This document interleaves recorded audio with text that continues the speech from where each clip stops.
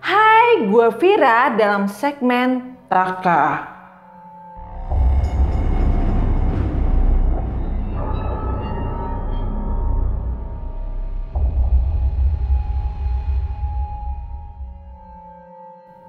Dalam segmen ini, gue akan bercerita tentang kisah-kisah horor creepy yang serem. Kali ini, gue mau bercerita tentang pengalaman Ilham dan teman-temannya pergi ke gunung di daerah Jawa Barat. Teman-teman Ilham melakukan sesuatu di gunung sehingga terjadilah kejadian-kejadian yang tidak terfikirkan sebelumnya. Mau tahu cerita lengkapnya? Jangan lupa like, subscribe, and comment ya.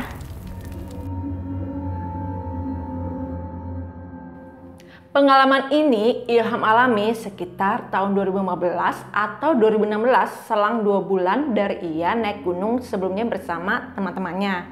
Waktu itu Ilham tuh naik gunung bersama dengan 7 temannya, yaitu Ilham, Karyo, Ipul, Tatang, Neneng, Sari, dan Jono.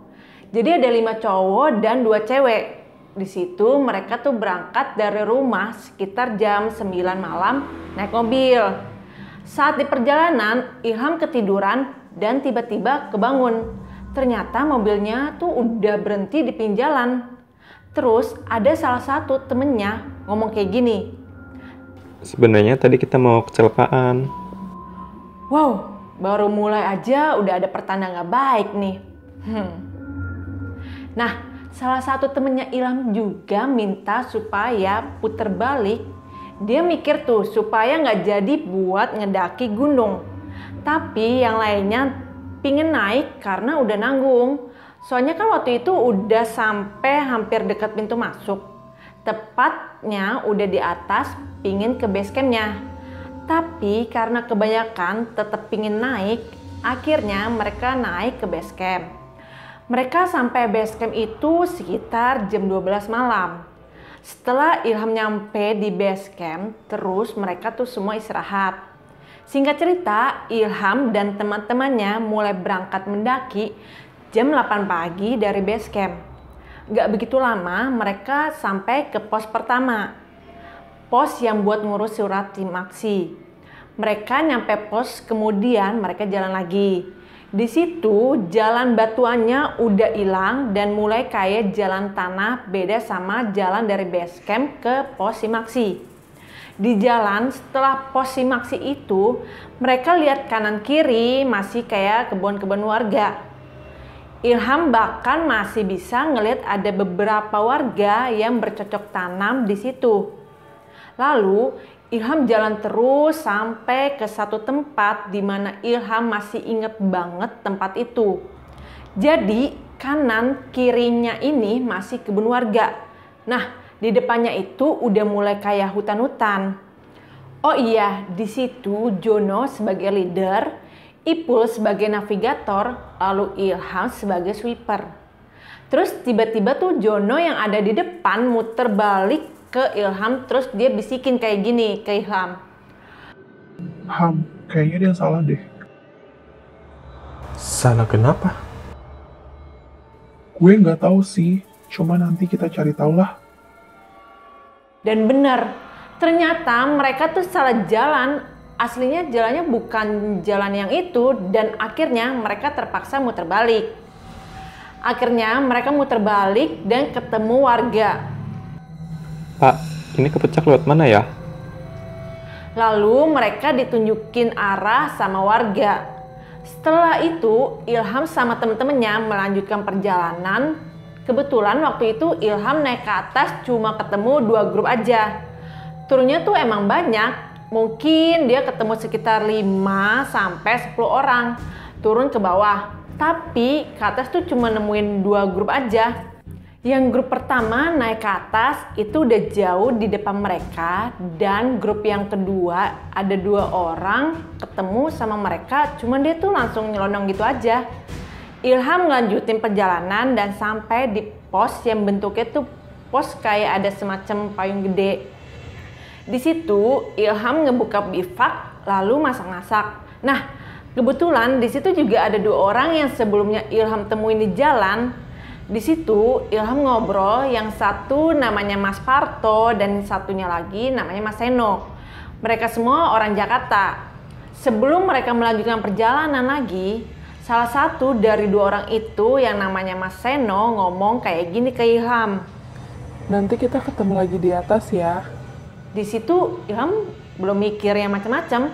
Bener juga sih ya, dia kan ngomong kayak gitu karena mereka bakal ketemu lagi di pos selanjutnya atau enggak ketemu di puncak. Ya makanya Ilham demin aja kata-kata dia. Walaupun sedikit aneh bagi Ilham, setelah istirahat Ilham ngelanjutin perjalanan lagi. Tapi ada satu hal yang membuat Ilham cukup heran, di mana selama perjalanan itu Ilham ngeliat Karyo sama Neneng itu cukup dekat. Sedangkan di lingkungan rumahnya, Ilham ngerasa mereka tuh nggak deket-deket amat. Tapi entah kenapa mereka deket banget waktu perjalanan tadi. Ini Ilham cemburu atau gimana ya? Abis itu Ilham ngelanjutin perjalanan lagi. Sebelumnya Ilham dan teman-temannya sudah menjadwalkan kalau mereka sampai di pos ngecamp, yaitu pos 5 sekitar jam 5. Pokoknya sebelum gelap mereka udah sampai sana untuk diriin tenda. Tapi kenyataannya malah berbanding terbalik. Jam 6 aja Ilham nggak tahu baru nyampe mana. Ilham belum nyampe di pos 4 dan hari sudah mulai gelap. Di situ Ilham melanjutkan perjalanan dan sampai di pos 4. Nyampe di pos 4, Ilham ketemu lagi sama dua orang dari Jakarta itu.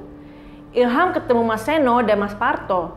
Ternyata Mas Seno dan Mas Parto emang sengaja nungguin di pos 4 karena mereka nggak bawa senter. Ilham juga heran tuh kenapa naik gunung nggak bawa senter. Akhirnya setelah itu mereka istirahat sebentar dan mereka lanjut berangkat lagi. Tapi kali ini Ilham nggak paling belakang karena yang paling belakang diisi oleh Mas Seno.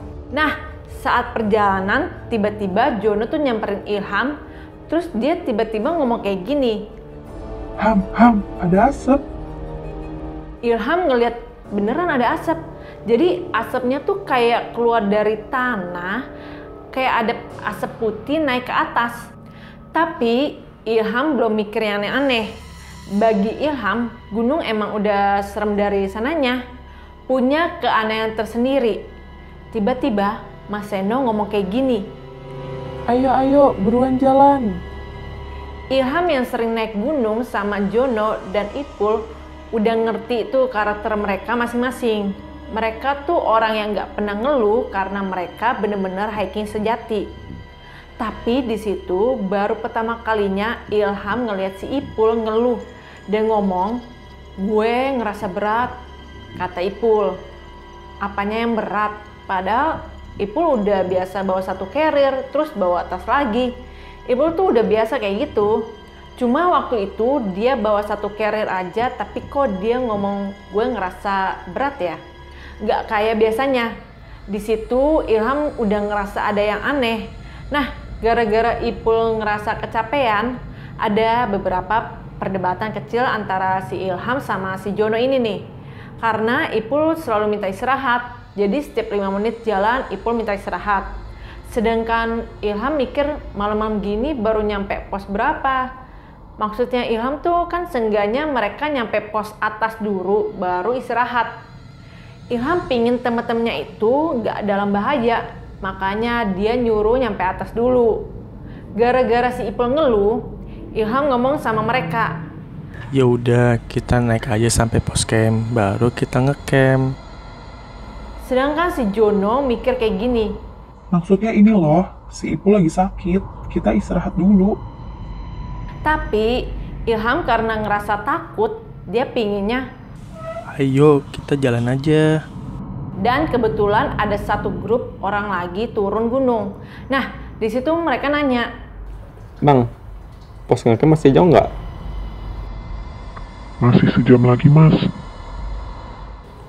Wah anjir, masih sejam lagi dong. Bang, kalau misalnya kita ngecamp di sini boleh nggak ya? Diusahain jangan ngecamp di sini, Mas. Soalnya masih banyak binatang buas atau apalah. toh Lagi pula emang di sekitar jalan itu bener-bener nggak ada tanah landai. Bahkan untuk tanah landai di ring satu tenda pun nggak ada. Semua itu tanah kayak naik ke atas dan pohon-pohonnya rapet. Akhirnya mereka lanjutin perjalanan, tapi ngikutin caranya si Ipul. Jalan yang pelan, terus berhenti. Dari kejauhan, Ilham ngelihat ada tenda dan beberapa orang juga di situ. Ilham dan teman-temannya samperin mereka. Lo di sini ngecamp, gue boleh ikutan nggak? Kebetulan emang ada tanah landai di tempat itu. Di situ mereka cuma bisa ngediriin 3 tenda. Ada 1 tenda orang yang sebelumnya ngecamp, terus ada tenda Ilham, satunya lagi tenda teman-temannya Ilham. Bahkan Mas Seno sama Mas Parto aja ngecamp itu tanahnya nggak datar. Tapi mereka emang bener-bener maksain karena udah malam banget waktu itu. Udah jam 8. Kebiasaan Ilham malam-malam itu keluar tenda untuk ngopi dan ngerokok. Waktu itu Ilham ditemenin sama Jono. Ilham di situ bercerita apa yang sebelumnya terjadi, kayak asap putih itu kayak apa, atau cerita tentang horor lah. Abis itu Jono masuk tenda. Di situ Ilham sendirian. Ya 5 menitan lah sebelum Ilham masuk tenda, karena dia ngerasa ada banyak suara yang gak pernah Ilham denger di rumah. Suara-suara alam yang aneh dan baru. Lalu Ilham pun masuk ke tenda. Awalnya niat Ilham tuh masuk ke tenda yang kecil. Tapi waktu Ilham buka tenda gak muat. Udah full 4 orang. Sedangkan aslinya tuh tenda itu buat 3 orang. Tapi dipakai buat 4 orang.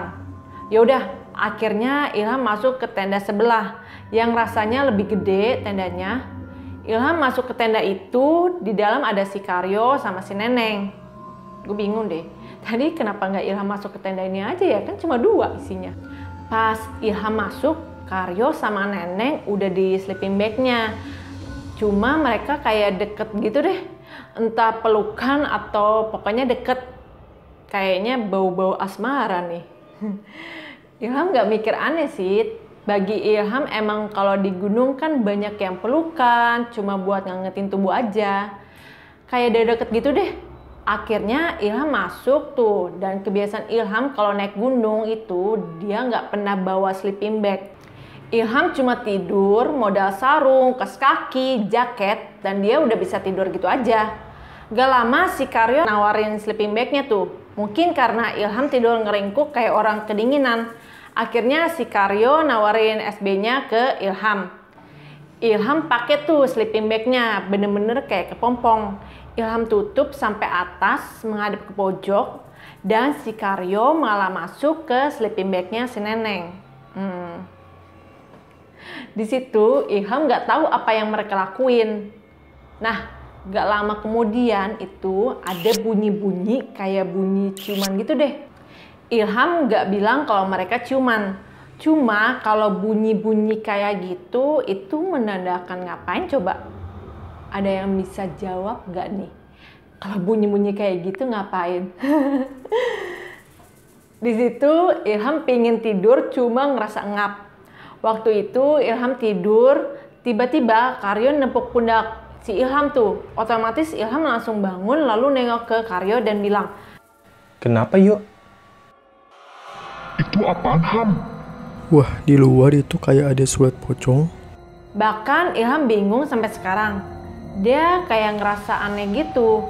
Gimana bisa ya Ilham dari dalam tenda bisa ngelihat siluet pocong di luar, sedangkan di luar aja gelap. Tapi bisa-bisanya Ilham ngelihat kayak ada siluet pocong di situ.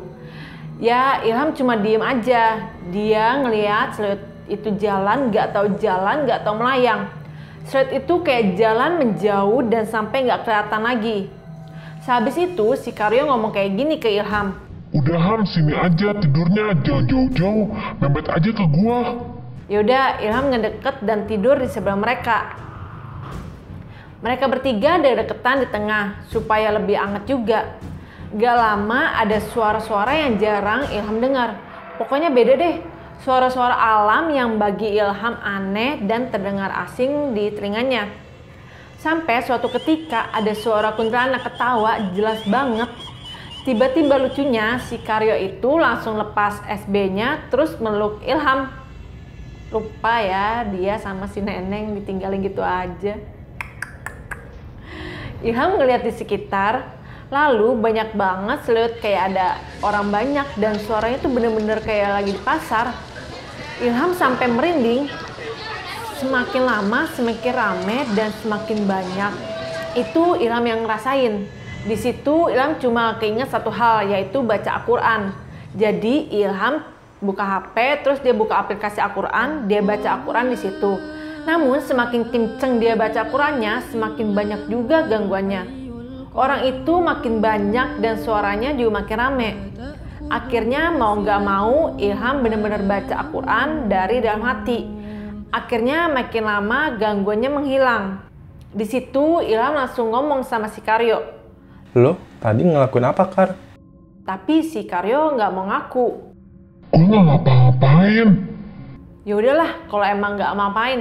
Mereka baru ngobrol gitu aja, suaranya tuh langsung muncul lagi. Suara-suara aneh itu datang lagi. Siluet itu juga datang lagi. Ya udah, akhirnya Ilham baca Quran lagi. Ilham baca Quran itu bener-bener baca sambil berbaring menghadap ke atas dan Ilham sama sekali nggak ngeliat ke arah sekitar. Sampai bener-bener hawanya sebelumnya sumpek dan panas itu tiba-tiba Ilham jadi ngerasa adem sendiri. Bahkan entah kenapa dia yang sebelumnya nggak ngantuk, gara-gara itu Ilham jadi ketiduran. Sehabis itu Ilham ketiduran dan bermimpi. Di mimpinya Ilham, dia itu lagi duduk di depan tenda. Persis seperti Ilham duduk sendirian sebelum dia masuk tenda. Dia duduk di situ lalu ngeliat ke sekeliling, semuanya sama. Apa yang Ilham alami waktu Ilham duduk sebelumnya persis kayak gitu. Cuma di mimpi Ilham, tiba-tiba ada segerombolan orang datang. Dia itu pakai baju kayak prajurit kerajaan, jumlahnya mungkin puluhan, kemungkinan sekitar 30 sampai 40. Mereka jalan bareng sama tombak. Terus di tengah-tengahnya itu ada 4 orang ditandu kayak Jenderal Sudirman gitu deh. Lalu prajurit-prajurit tersebut pada ngeliatin ke arah Ilham. Terus orang yang ditandu itu berhenti tepat di depannya. Lalu tirainya tuh dibuka dan sosok Ilham lihat itu orang yang pernah dia lihat di buku pelajaran. Salah satu orang paling terkenal yang pernah memimpin kerajaan besar. Salah satu pemimpin kerajaan besar di Jawa Barat. Bisa tebak siapa? Dia tiba-tiba kayak nyuruh Ilham supaya datang ke arahnya. Ilham pun datang ke dia, lalu dia kayak megang pundaknya Ilham. Tapi Ilham gak berani natap mukanya. Ilham cuma nundukin kepala, intinya beliau itu ngomong pakai bahasa daerah. Nah, di sini udah diartiin pakai bahasa Indonesia ya. Dia bilang kayak gini. Nak, bilang ke semua orang yang datang ke sini supaya sopan dan jaga kelakuan. Terus dia nunjuk ke arah tendanya si Ilham. Dia nunjuk. Nah, saya memaafkan temanmu karena kamu. Maksudnya kenapa orang yang di dalam tenda dimaafin karena Ilham ya? Ilham pun gak tahu kenapa. Terus dia ngomong lagi kayak gini. Bangunlah, tenda kamu hancur kayak mau terbawa tanah, kayak terbawa longsor. Terakhir dia ngomong kayak gitu. Tiba-tiba Ilham langsung lihat tendanya yang udah miring banget ke jurang. Bahkan pasaknya udah lepas. Di situ Ilham langsung terbangun tuh. Pas Ilham bangun, itu bener-bener mukanya udah ketutupan sama dinding tenda. Ilham bangunin si Karyo buat ngecek. Ilham juga sendirian dan takut. Waktu itu Ilham gak tahu jam berapa. Dia keluar, apa yang dia lihat persis sama apa yang dia lihat di mimpi. Tenda dia udah miring dan pasaknya udah kelepas, yang 2 bagian pojok dekat jurang tuh udah kelepas. Waktu itu juga Mas Seno sama Pas Parto di luar tenda. Dia tiba-tiba ngomong kayak gini ke Ilham. Gimana mimpinya? Kata Mas Seno. Dalam hati Ilham berkata, anjir, kok dia bisa tahu ya kalau gue barusan mimpi kayak gitu? Terus akhirnya Ilham nyamperin dia. Lama-lama Ilham makin percaya kalau dia itu semacam cenayang. Mas Seno tiba-tiba ngasih Ilham teh. Dia nyuruh Ilham supaya minum. Ilham minum rasanya tuh pahit banget dan Mas Seno tiba-tiba ngomong kayak gini. Lu itu sebenarnya nggak mimpi. Tadi dia emang beneran datengin lu. Siapa, Mas? Ya itu tadi yang di mimpi kamu lah. Siapa lagi kalau bukan dia? Terkadang hal-hal yang di luar logika memang beneran terjadi. Cuma orang-orang yang percaya kalau mereka itu memang ada. Jono keluar tenda. Dia langsung nyamperin Ilham ngomong kayak gini. Ham, lu dimimpiin juga? Iya, gue dimimpiin. Nah, si Jono juga dimimpiin. Mimpinya hampir sama persis dengan mimpi Ilham. Ilham gak tidur sampai pagi. Ilham masih di tendanya Mas Seno dan dia ngomong kayak gini. Ini yang baru gue alamin, kenapa sih? Kenapa gue sama Jono hampir sama mimpinya? Dan juga sama apa yang gue alamin. Mereka akhirnya buka tenda sekitar jam 4-an karena mereka ngejar summit attack buat nyampe ke atas sebelum matahari terbit. Abis itu Ilham nyampe atas, gak ada kejadian apa-apa lagi. Ilham masih bareng sama Mas Seno dan Mas Parto. Pas mau turun, baru Mas Seno nyamperin mereka lagi, khususnya ke Ilham sama si Jono. Dia ngomong kayak gini. Jaga teman-teman kalian. Ilham mikirnya pasti turunnya bakal ada lagi. Waktu turun dari atas habis zuhur, Ilham udah misah tuh sama Mas Seno sama Mas Parto. Ilham turun dengan posisi yang sama. Ilham di belakang dan di depan Ilham persis ada si Tatang. Tatang ini baru pertama kali naik gunung. Makanya walaupun Tatang telat, harus tetap Ilham tungguin takutnya kenapa-napa. Bahkan ada satu hal di mana Ilham tinggal sama si Tatang doang nih. Mereka ketinggalan sama temen-temennya. Terus mereka ketemu pertigaan. Nah, Tatang itu ngelihat si Sari belok kiri. Tapi di situ Ilham mikir, kok Sari nggak jalan? jadi orang jalan sama orang melayang beda. Ilham langsung mikir, bukan Sari nih kayaknya. Ilham tarik tangannya Tatang, langsung belok kanan. Bener aja, teman-teman Ilham lagi nungguin mereka berdua ternyata. Dan waktu udah mulai malam, Ilham turun dengan jalur yang berbeda. Misalnya dia naik jalur A, nah dia turunnya lewat jalur B. Jadi bisa dibilang lintas jalur. Nah, waktu maghrib dia ngedengar suara azan, tapi saat itu Ilham masih di atas. Dia nggak tahu apa emang di situ masih kedengar suara azan apa enggak. Tapi baginya itu tuh masih jauh suara azannya, tapi kedengarannya tuh dekat. Nah, gak lama abis itu Ilham turun, Ilham ngeliat di depannya itu kayak ada sebuah bangunan, kayak musola kecil. Ilham mikir, mungkin ini sumber suara tadi. Waktu Ilham jalan dan dia semakin dekat, ternyata itu bukan bangunan, melainkan pohon. Mungkin Ilham diingetin lagi suruh sholat karena di atas dia jarang sholat. Abis itu mereka turun lagi dan ada satu kejadian di mana Ilham bener-bener ngeliat kayak ada anak kecil kayak hitam gitu deh. Dia waktu itu lupa sama siapa, sama Jono atau sama siapa dia ngeliatnya. Pokoknya tuh Ilham ngeliat kayak ada anak kecil, bukan ngikutin, tapi setiap Ilham turun pasti dia ngeliat ada anak kecil itu. Dan suatu ketika nenek jatuh, kayaknya ulah anak kecil tersebut lumayan keras jatuhnya sampai berdarah kepalanya. Terus nyampe bawah mereka nggak ada kendala-kendala apa lagi sampai base camp tuh malam. Nah setelah itu mereka kayak biasalah makan-makan dan mereka masih nginep karena pulangnya tuh besoknya. Selama perjalanan pulang nggak ada apa-apa. Cuma ada satu kendala doang, di mana ban mobil mereka itu nabrak trotoar. Itu dia ceritanya.